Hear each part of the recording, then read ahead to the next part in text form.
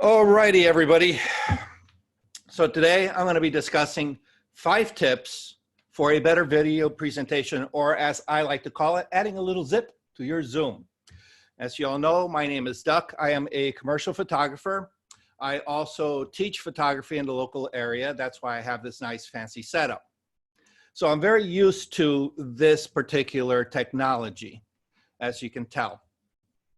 So in this presentation, I want to go over 5 simple things that will make your Zoom presentation a little bit more professional looking. And it all starts with good light. Then we go into good background, good sound, good video, and of course, good presence in front of the camera. So let's break a lot of these down. At its fundamental core, video conferencing involves a camera. To get a good image from any camera, you need good light. If you don't have good light, you're not going to get good video. It's common sense for us photographers, but a lot of people don't kind of get that. They think, oh, you know, I'll just turn the camera on and let the camera do whatever it's got to do. Normally, front light tends to flatten the subject, but it does provide great even lighting, and it helps reduce a lot of the flaws. It helps hide a lot of wrinkles. All right, so here's a couple of tips. You want to position a lamp in front of you, all right? And if possible, make sure that the light bulb is a daylight light bulb. It'll either say daylight or it'll say 55K. That'll give you nice neutral light. It won't give you that yellow or blue cast. If you don't have a very bright light, or if it's during the day, the thing you can do is face into a window. Don't put your back to the window, face to the window. All right. Or if the window light's a little bit too dim, you can use a combination of the two. The introduction of shadows adds a little bit of drama. It gives you that more cinematic look, all right? It adds to creating a little bit of a 3-dimensional, less flat. For this, you want to place your light approximately 45 degrees, not straight on, but about a 45 degrees. It'll give you that nice wraparound light. If you have bright light coming in through your windows, you can use shears on your windows to kind of soften the light. Don't close the blinds all the way. Just put something translucent in front of it. It'll soften it up. Now, light coming in from the back is probably the worst that you can have. It places you in deep shadows, creating a silhouette, and anybody watching your presentation is going to get very, very aggravated because they cannot see you. For this, you want to bring a bright light and put it in front of you. All right, that will help counter any of the backlight because the camera is going to expose for the brightest section. All right, and a lot of these cameras are automatic. They adjust to whatever the lighting situation is. So if you can put light on yourself, it'll help offset the backlight. You can also dim down the background light by either closing the blinds or shutting the shades. Now, too often people just plop their laptops down or hold their smartphones up without considering what's behind them. Always look behind you so you don't get embarrassed on live video. Backgrounds that are free of distraction helps keeps the viewer attention on you, where it should be. Now, the simplest is a blank wall. And if privacy is an issue, all right, avoid views of anything personal behind you. All right, remember, your video is going out into the public. Anybody can see it. Anybody can find your location. And if you have private stuff behind you, it's going to be visible. If you have expensive equipment behind you, it's going to be visible. Nothing distracts more than having a very cluttered background. And nothing is more disturbing or embarrassing than having a dirty background. For this, be aware, again, be aware of what's behind you. Now, one of the benefits is that if you can throw the background into darkness, you can use the darkness to hide a lot of the distractions from the background and just use a light to illuminate yourself. Many conferencing programs, such as Zoom, have color keying abilities, and I'm going to get into this after my little presentation. And it's commonly known as green screen. This is actually a picture of me standing in front of my green screen that I'm using to give this presentation.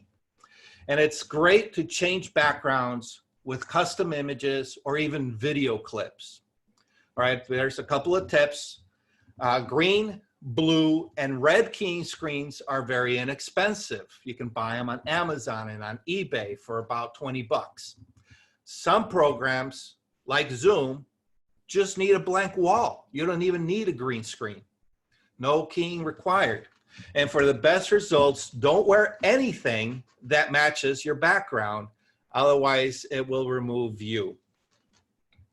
Now, there's a saying in the video world, you can salvage bad video so long as you have good sound. Glitchy, dim, or even blank video can be tolerated a lot more than stuttering, tinny, or low volume audio. Hopefully you heard that.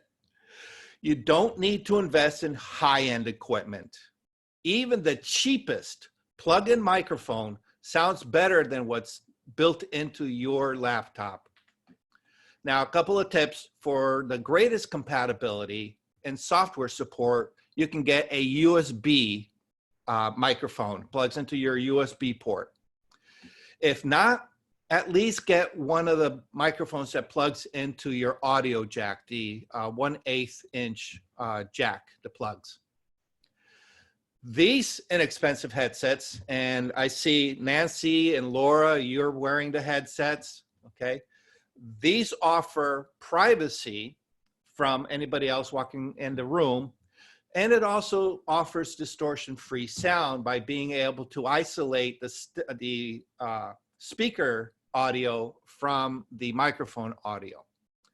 The downside is they aren't the most fashionable. All right. For best sound, do not place the microphone directly in front of your mouth. This is going to pick up every pop, every hiss coming out of your mouth. The best thing to do is put it right to the side where your breath can go past the microphone and it won't pick up that breath sound. For minimal intrusion, if you're concerned about, you know, the big headgear, you can get the ones that go right over the ear and come out on the side of your mouth.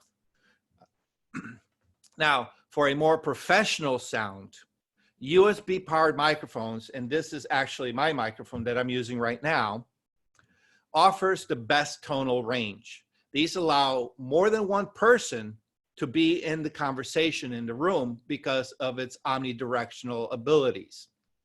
To avoid speaker echo from your speakers, you want to separate the speaker from the microphone. You want the microphone close to you so you can lower the gain, and you want the speakers further away so that the microphone doesn't pick up the speaker. And that's why headsets are so great. All right. Now, while audio trumps video any day, there is something to be said about the frustrations of bad video. Reduce your video's frustrations with these simple tips. A camera's view is a cone coming from the lens. So it's circular. The sensor that's recording it is what gives you that rectangular format. So pointing your lens directly at your eyes places half the frame above your head. The angle also gives a clear view of your ceiling, Laura. All right, so you want to avoid this upward angle. All right, instead, aim the camera a little bit lower than what feels normal. All right, you want it actually hitting you about about neck area, top of the chest. Okay, and of course, you can preview yourself on the screen to see how you look. Maximize your view by placing the camera parallel to your body a good distance, anywhere between 2 and 3 feet away, or arm's distance is good. All right, and what you want to do is you want to raise the camera rather than angle it up. For a standard head and shoulder view, like I said, aim about your neck level. For a headshot, you want to be probably about chest level, aiming down just slightly. All right, that slightly downward angle will help emphasize your face rather than your body. Okay. Now, web cameras have an extremely wide angle lens. This distorts physical perspective, especially as you get closer to the lens. Video compresses this three-dimensional space into 2 dimensions. Keep your movements close to your body rather than coming towards the lens, unless you're trying to really emphasize something, all right? But if you keep your body motion close to your body, it gives it a more natural look, all right? So if you like to use your hands, you can use your hands, but just keep it in front of your body. If you notice, my hand is right here. It's not how we normally talk. We normally talk with our hands out here, but when we do that, it makes it look like our hands are really huge, all right? If you need to fill the frame, go sideways. Don't go towards the camera. Now, have you heard how the camera adds 10 pounds to you? It also minimizes body language. How you present yourself in front of the camera speaks a lot about you before you even say a single word into the microphone. Remember, people are going to be watching you in that little Brady Bunch gallery, all right? For important presentations, you might want to consider doing what I'm doing right now, is standing up for your presentation. It puts you in a position of power over your presentation. Use a backless stool and sit up straight for a comfortable but professional look if you don't want to do anything standing up, okay? And like I said, if you lean slightly into the camera, just slightly, it accents the face and minimizes the gut, all right, for us men. Video not only flattens, but also constrains your view to a small rectangle. The subtleties of facial expression become diminished. To compensate, you need to be more animated in front of the camera. Engage with the audience by presenting to the camera. Talk to the camera. That's your audience. Elevate your enthusiasm so that it travels well over video. All right. One of the worst things that you can do is talk to your screen. The minute you start looking at your screen and looking at that little gallery, you are disconnecting from your audience. All right. So again, keep your eye to the camera. Now, when showing items to the camera, all right, and I will pull out my cell phone for this. When showing items to the camera, keeping your hand steady assures that your viewers see the item without frustrating movements and blurs. A lot of people like to talk with their hands, and if they have something and they're talking about it and they want to show it to you and they're doing this, there's no way that you can follow and see what it is that person is holding. So you need to keep it steady. All right. The other thing you need to worry about is any harsh lights that are coming in through either a window or through a light. If you have a shiny reflective product, that's going to shine that light back towards the camera. All right. So the other thing you want to do is, depending on how close you are to the camera, you want to keep that product close to your face. It's a very uncomfortable position. But if you have it out here, it looks like there's a mile between you and the product. So bringing it in closer, keeping it steady, keeping your fingers out of the way goes a long way to creating a more pleasant experience for your viewer.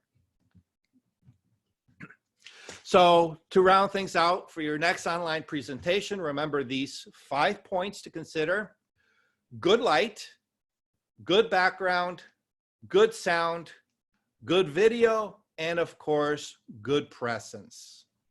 And that's the end for this one. All right, so we can open it up for questions.